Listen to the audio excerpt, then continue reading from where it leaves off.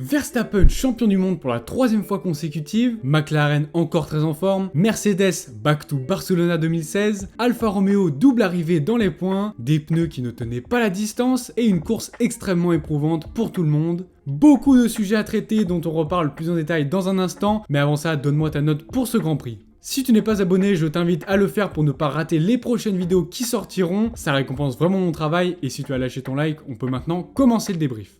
Week-end compliqué pour AlphaTauri qui voit une potentielle 9ème place au constructeur s'éloigner de plus en plus. Globalement, Tsunoda a assuré son rôle de leader pour une fois face à Lawson au Qatar, en finissant toujours devant en course et en ne commettant pas véritablement d'erreur. Petite sortie de route par contre pour Liam lors de la course sprint, un dernier week-end peu marquant pour le néo-zélandais au volant de cette AT04, mais c'est surtout dû au fait qu'il nous ait choqué par ses précédentes prestations.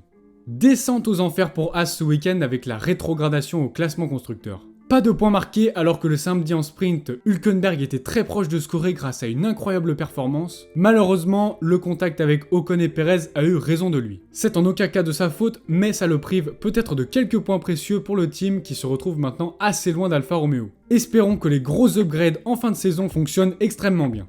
Giga performance pour Alfa Romeo qui marque 6 points seulement le dimanche grâce aux deux voitures dans le top 10. La première avec Bottas au volant qui signe un week-end fabuleux du début à la fin au vu de la monoplace qu'il a. Il termine à une jolie P8 le dimanche devant une Red Bull, une Alpine, une Aston, son coéquipier et tous les autres derrière. Résultat surtout dû à sa très bonne qualif du vendredi soir où il est parvenu à se hisser jusqu'en Q3 quand même. Zhou de son côté joue de sa très bonne remontée de 9 places le dimanche et des pénalités devant lui pour s'immiscer dans le top 10 à la 9ème place.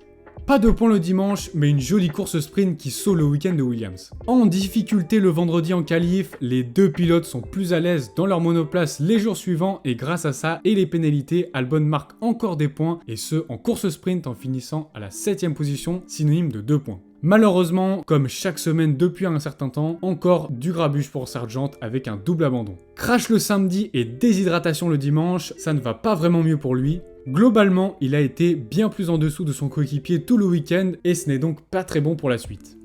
Bon dimanche pour Ocon. Alpine repart avec 6 points du Qatar grâce à une course rudement bien menée par Esteban qui termine juste derrière son ancien coéquipier. Dommage pour Gasly qui aurait normalement dû terminer non loin derrière Ocon, mais à cause de ses batailles et de sa pénalité, il ne finit que 12ème.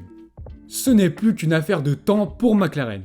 Nouveau double podium qui va sans doute devenir une habitude en cette fin de saison, avec cette fois-ci par contre un Piastri très en forme qui s'octroie la P2 devant son coéquipier Norris P3.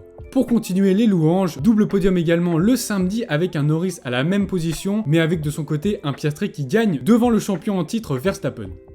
Ils ont fait tout ce qu'ils pouvaient. Week-end encore maximisé presque intégralement pour Alonso. 1 point le samedi et 8 le dimanche. Dommage, petit signe de fébrilité lors de sa course avec cette sortie de route qui lui coûte peut-être sa 5ème place et 2 points précieux, mais à part ça, rien à dire. Frustration pour Stroll par contre, son week-end commençait très mal, mais il pouvait très bien se terminer avec peut-être des points à la clé. Le Canadien, remonté du fond de la grille, aurait pu finir 9 ou 10ème sans cette pénalité infligée en fin de course à cause de la bataille avec Perez et Gasly. Ça aurait pu le relancer, mais malheureusement, il a échoué à la porte des points.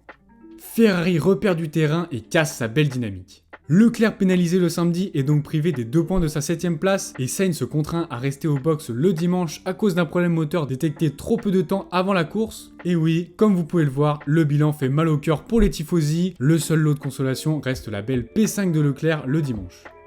Back to Barcelona 2016 chez Mercedes. Après une P4 et P5 le samedi en sprint, les deux pilotes s'élançaient 2 et 3 le dimanche et grâce à ça, ils comptaient signer une grosse performance. Hamilton en a malheureusement décidé autrement, puisqu'au départ, il vient serrer d'un peu trop près son coéquipier qui se retrouve en sandwich. Collision entre les deux pilotes Merco qui se solde par une fin de Grand Prix prématurée pour Lewis et qui condamne Russell à une grosse remontée pour la suite. Effectivement, grosse remontée c'est le mot pour Russell qui parvient malgré tous ses désagréments à finir à une inespérée 4ème place. À la régulière, je pense donc que les Mercedes auraient pu tenir les McLaren, gros gâchis donc. Nouveau sacre pour Verstappen et le 3ème de suite. Encore dominateur tout le week-end, il ne gagne néanmoins pas la sprint du samedi et ne termine pas non plus avec énormément d'avance le dimanche. Je pense qu'il a surtout géré sa course alors que les McLaren poussaient sûrement davantage, mais ça démontre quand même une certaine dynamique. Red Bull ne semble plus avoir une telle avance, en tout cas vis-à-vis des oranges, et peut-être verrons-nous donc une victoire de leur part en cette fin de saison. Nouveau week-end catastrophique par contre pour Perez. Frappé par la malchance le samedi avec Ocon et Hülkenberg qui l'entraînent dans le bac, il n'est néanmoins pas dénué de responsabilité le dimanche. Pénalité à plusieurs reprises et rythme pas digne d'une Red Bull, en somme, un week-end sur la continuité de sa forme actuelle. Attention, siège éjectable, gare à lui, même pour 2024 si ça continue. Bon, vous dites-moi en commentaire comment vous avez trouvé ce Grand Prix. Perso, j'ai trouvé qu'il était vraiment intéressant au niveau des strats, grâce à l'interdiction de faire plus de 18 tours avec les pneus, même si on s'y perdait aussi un petit peu à cause de ça. Sur ce, nous on se retrouve pour le débrief du GP du Texas dans 2 semaines. Allez, peace!